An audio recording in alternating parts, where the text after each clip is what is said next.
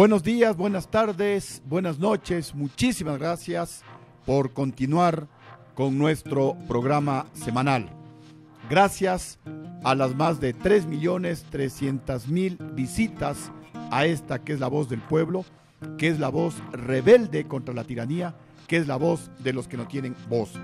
Mi Twitter, pues, a la orden de ustedes, @LucioGutiérrez3. Y aquí tenemos una serie de preguntas que nos han realizado, la mayoría de ellas relacionadas con la repetición. Nos preguntan, por ejemplo, ¿quién debe pagar la repetición? ¿Por qué el gobierno se unió a los jueces cesados? Nos preguntan también si es que esto es o no es persecución. ¿Por qué se les paga más de 15 millones de dólares? Bueno, muchas preguntas sobre el tema de la repetición. Definitivamente, la repetición es un acto de persecución al más puro y vil estilo de Nicolás Maduro en Venezuela. Nicolás Maduro, utilizando leguleyadas, abusando del poder como lo hace el presidente Correa, en Venezuela pues dejó fuera de las próximas elecciones a varios líderes de la oposición venezolana. Lo mismo está haciendo Rafael Correa. Rafael Correa quiere terminar con el Partido Social Patriótica, porque no solamente me persigue a mí. En el programa anterior les mencionaba que tengo 4 juicios, uno más ridículo que otro, implantados pues por el gobierno de Correa. Me acusan de intentar matar a Rafael Correa, me acusan de piratería marítima, me acusan de que he intentado un golpe de Estado en contra de Correa, y no me refiero al 30 de septiembre del año 2010, eso todavía está en curso y me quieren involucrar en esa farsa. Y en otro también pues me acusan de haber renegociado mal la deuda externa, cuando en mi gobierno no se renegoció un solo centavo de deuda externa. Así que esto es un caso más de persecución, pero como todos los otros lo vamos a enfrentar con la entereza de siempre. Les decía que persigue a Sociedad Patriótica porque no solamente me quieren enjuiciar a mí, no solamente me quieren repetir a mí, no solamente me quieren sacar fuera de la posibilidad de competir en las próximas elecciones a mí, sino también está mi esposa, Jimena Borges, está mi hermano Gilmar Gutiérrez.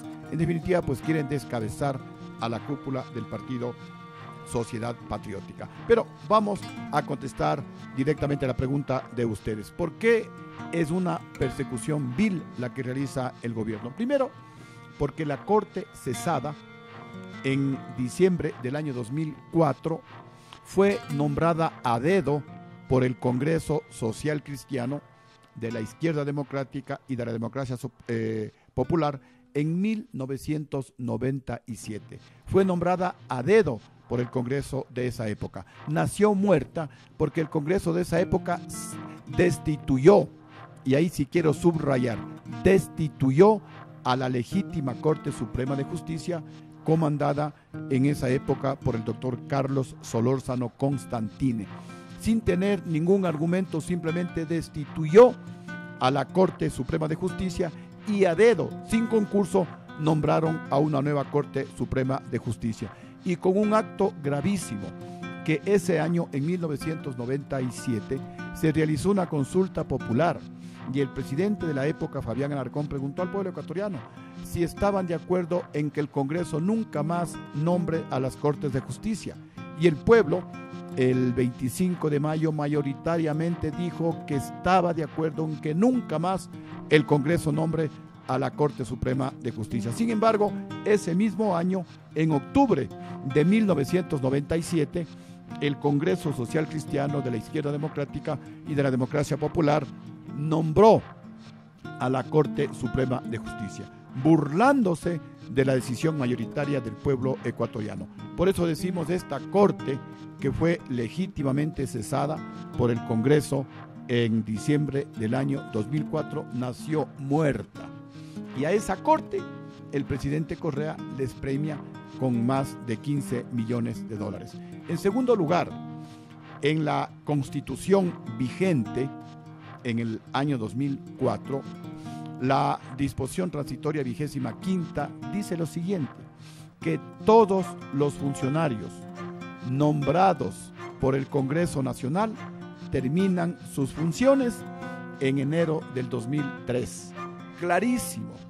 Entonces, a diciembre del año 2004, esa corte que fue ilegítimamente, ilegalmente nombrada a dedo por el Congreso en 1997, terminaba sus funciones en enero del año 2003 según la disposición constitucional, y a diciembre del año 2004 estaban en funciones inconstitucionalmente autoprorrogadas.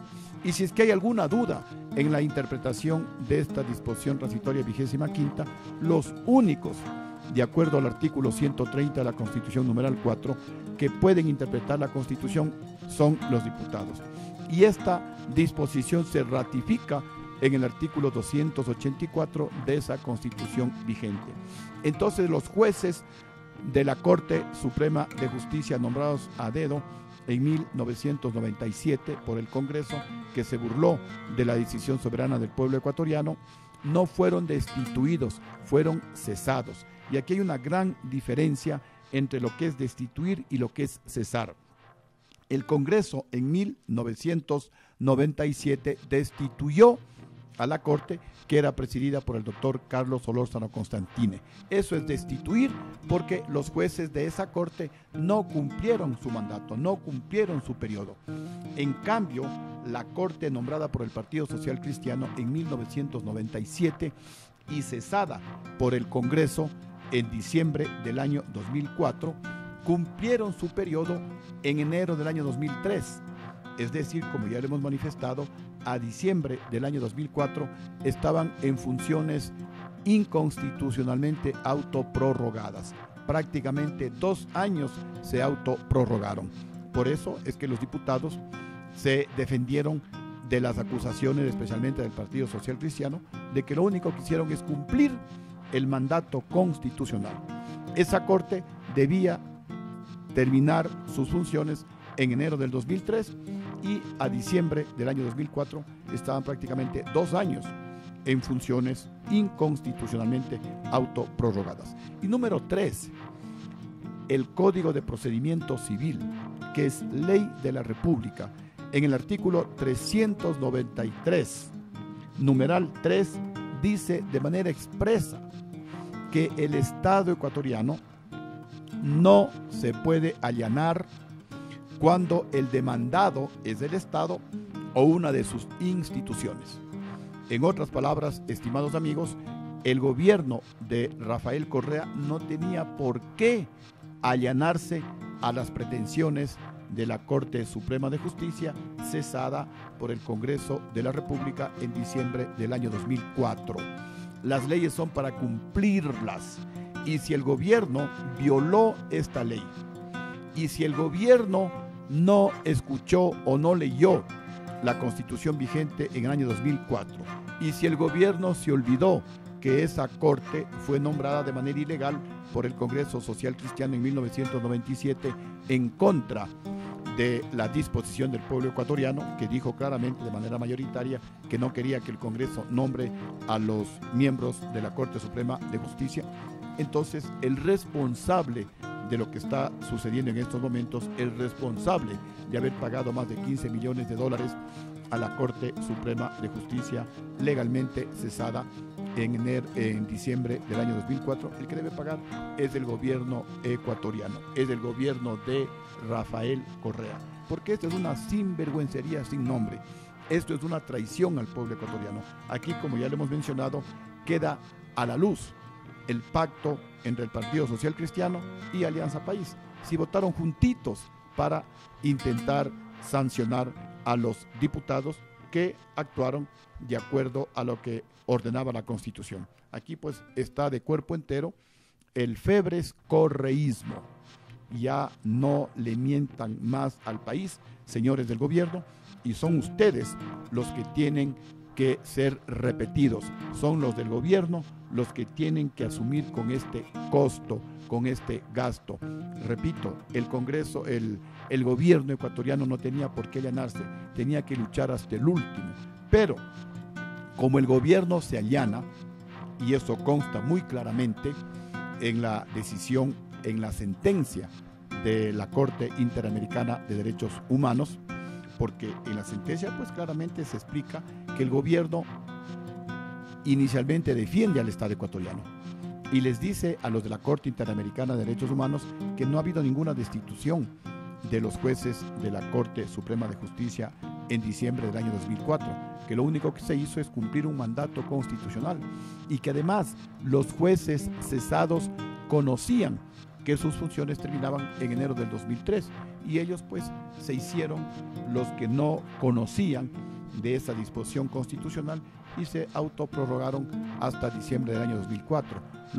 Lo que ellos debían haber realizado, si actuaban con responsabilidad, es durante todo el año 2002 preparar y llevar adelante un proceso de selección totalmente transparente, independiente, limpio de los nuevos magistrados de la Corte Suprema de Justicia, totalmente apartidistas estos magistrados, para que en enero del año 2003, en que los de la Corte Suprema de Justicia saliente terminaban sus funciones, asuma las funciones de la Corte Suprema de Justicia estos nuevos magistrados nombrados a través de un proceso totalmente transparente. Pero eso no lo hicieron y es por eso pues que el Congreso de la República asumió esa responsabilidad de interpretar la Constitución y cesar a los magistrados. Pero les decía que en la sentencia de la Corte Interamericana de Derechos Humanos dice muy claramente que el Estado ecuatoriano inicialmente se defendió,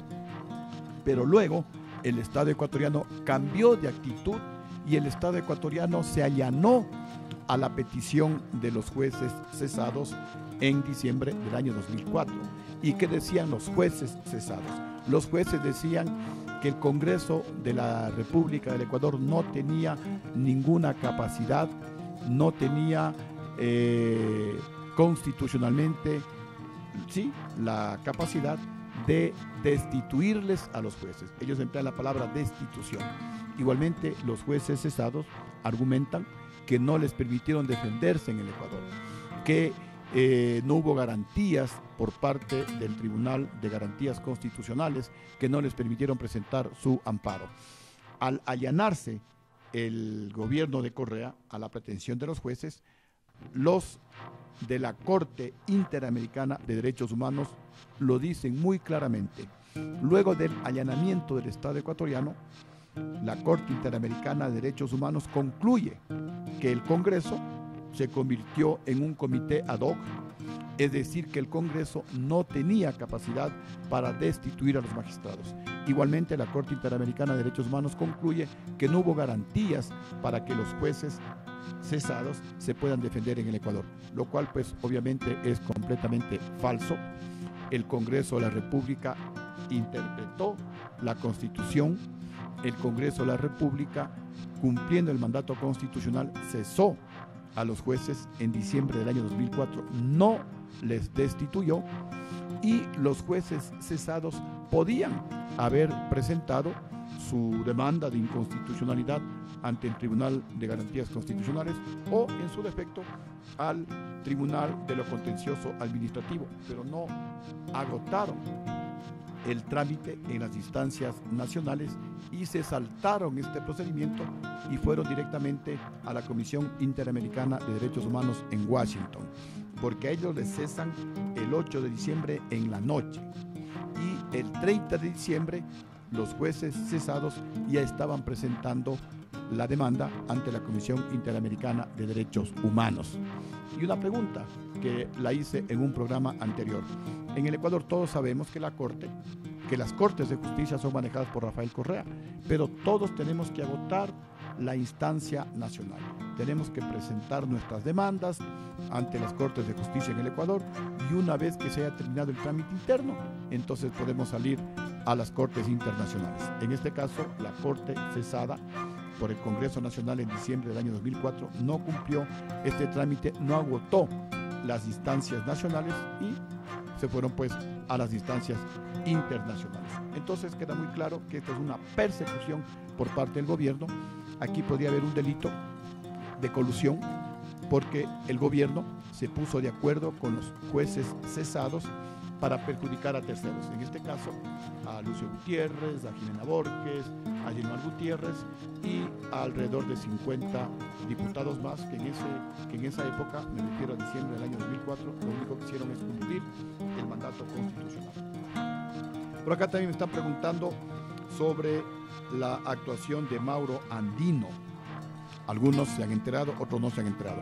Mauro Andino, asambleísta de Alianza País, según las informaciones, en diciembre del año 2011 presentó un proyecto de ley para que no se les siga el proceso de repetición a los diputados por sus votos y tampoco al presidente de la República.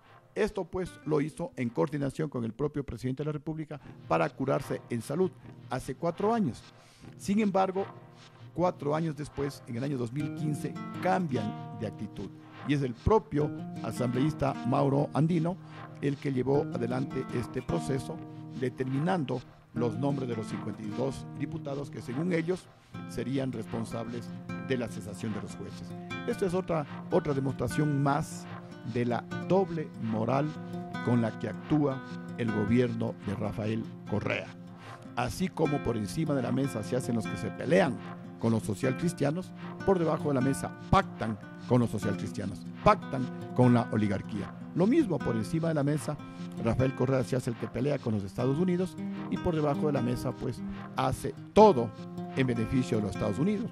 Les vende nuestro petróleo a los Estados Unidos, les hipoteca nuestro oro a los Estados Unidos, va a los Estados Unidos a contratar empresas de publicidad para que le mejoren la imagen de Rafael Correa en los Estados Unidos, va a los Estados Unidos y se hace condecorar de universidades norteamericanas y todos, asambleístas de Alianza País, ministros de este gobierno disque antiimperialista, van a Miami, van a la Quinta Avenida de Nueva York a hacer compras. Entonces la actitud de Mauro Andino no es sino pues otra demostración de la doble moral con la que actúa este gobierno. Dicen una cosa por encima de la mesa y por debajo pues hacen todo lo contrario.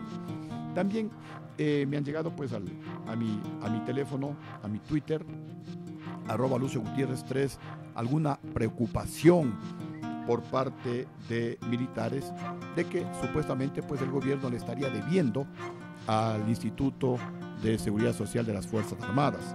Hemos recabado y hay un oficio en el que supuestamente el director del ISPA le dirige al jefe del Comando Conjunto, en donde pues le manifiesta que la deuda hasta el 30 de septiembre del año 2015 asciende a $263 millones.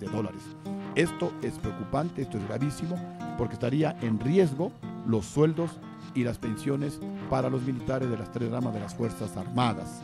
Ojalá en este mes de octubre en forma rápida se solucione, ojalá los mandos militares, si es que esta cifra de la deuda es real, ojalá los mandos militares ocupen su puesto, defiendan a la institución militar y hagan las gestiones para que inmediatamente el gobierno, pues, en lugar de seguir gastándose en sabatinas, en aviones del presidente, en viajes con comitivas numerosísimas al exterior, en lugar de seguir socapando la corrupción y los sobreprecios en toda la obra pública, le paguen la deuda al Instituto de Seguridad Social de las Fuerzas Armadas y no haya pues ninguna repercusión. Vamos a estar atentos a este tema. Mi Twitter, @LucioGutierrez3, sigue a disposición de ustedes. Intercambiemos información. Esto es lo que al momento conozco y les puedo pues transmitir a aquellos que estaban con esta inquietud. Igualmente, la gente pues ha manifestado su emoción, su contento por el triunfo histórico que tuvo la selección ecuatoriana de fútbol frente a la de Argentina.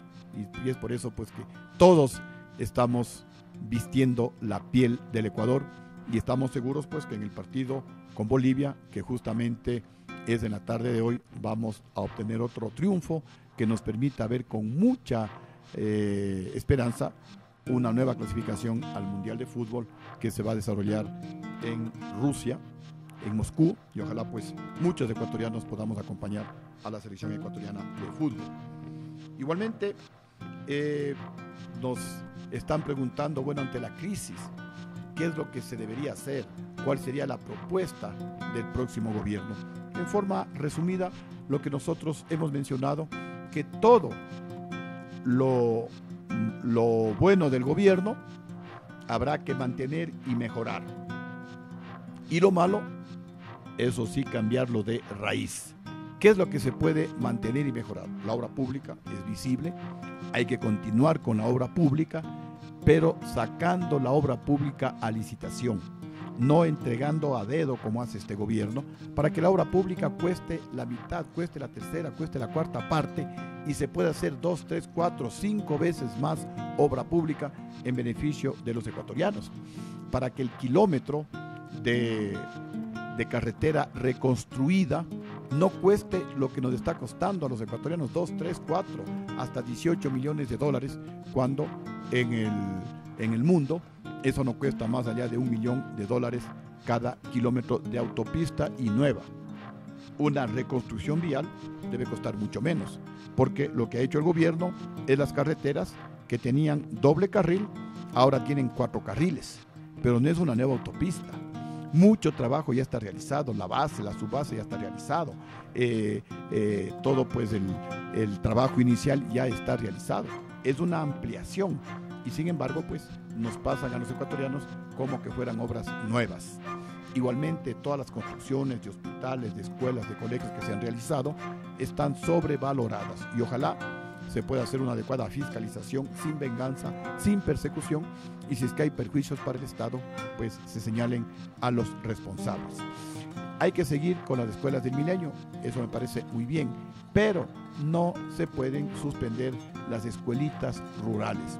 Se han construido creo que 60, 70 escuelas del milenio, pero se han eliminado alrededor de 5,000 escuelas, perjudicando a la gente del campo, perjudicando a la gente más pobre del país. Entonces, en definitiva, la obra pública hay que mantener, pero mejorarla sacando a licitación. Y todo lo malo, pues, erradicarlo de raíz. ¿Qué es lo malo? La utilización de la justicia para perseguir a los opositores políticos.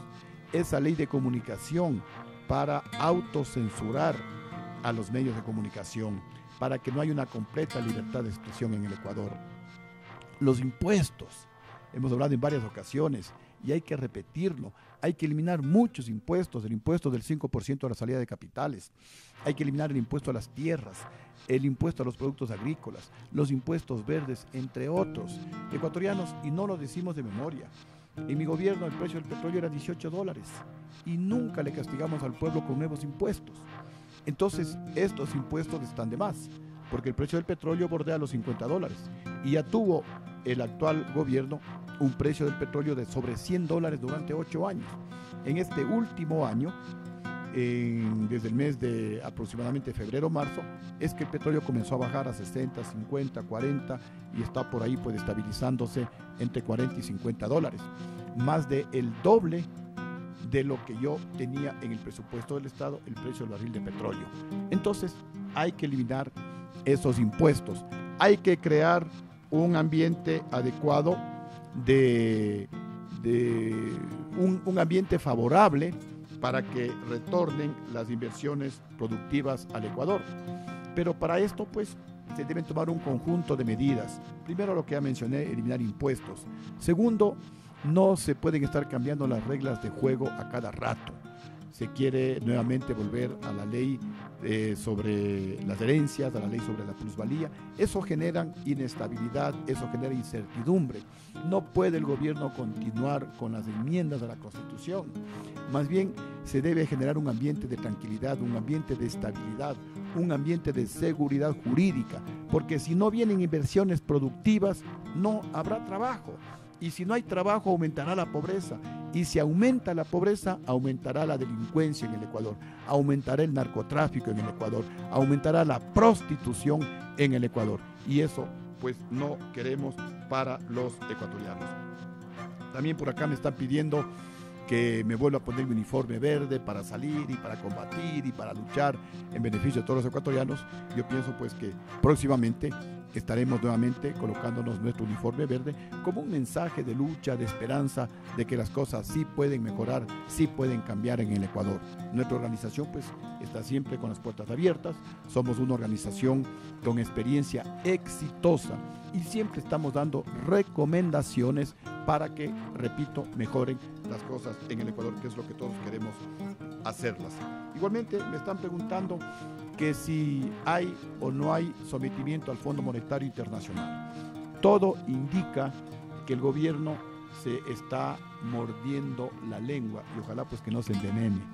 Bueno, vamos a lo serio. Este gobierno que tanto vilipendió al Fondo Monetario Internacional, como está desesperado por dinero, todos estamos muy preocupados en el Ecuador por la falta de liquidez, entonces el gobierno definitivamente pues está sometido al Fondo Monetario Internacional, porque las últimas medidas indican eso. Están despidiendo personal, están despidiendo empleados de todos los ministerios, especialmente de Petroecuador. Estas son recetas del Fondo Monetario Internacional. Van a vender las gasolineras. Eso significa privatización. En mi gobierno no se privatizó absolutamente nada y este gobierno va a privatizar las gasolineras que con dinero de los ecuatorianos se construyeron en varias ciudades del Ecuador. Eso es otra medida neoliberal. Van a privatizar. Las alianzas público-privadas es otra manifestación de neoliberalismo, es otra manifestación de sometimiento al Fondo Monetario Internacional. El hecho de no continuar con el proyecto del dinero electrónico, sin liquidez, sin respaldo, es otra demostración de que el Fondo Monetario Internacional les dijo, bueno, tienen que hacer esto, esto otro, si quieren que yo les dé dinero. En otras palabras, pues, el Fondo Monetario Internacional les está diciendo, dejen de ser irresponsables, dejen de malgastar el dinero, pongan su economía en orden para que yo les pueda prestar más dinero. No digo que algunas de estas medidas tomadas por el gobierno sean malas, simplemente ahí se demuestra una vez más la doble moral. Tanto criticaron, tanto desprestigiaron al Fondo Monetario Internacional para ahora pues alinearse, someterse a los designios del Fondo Monetario Internacional. ¿Pero por qué? ¿Por qué le satanizaron al Fondo Monetario Internacional? Para ir a la China y pedir préstamos a intereses altísimos, con garantía, que se llama un colateral, que es nuestro petróleo, la venta anticipada de petróleo.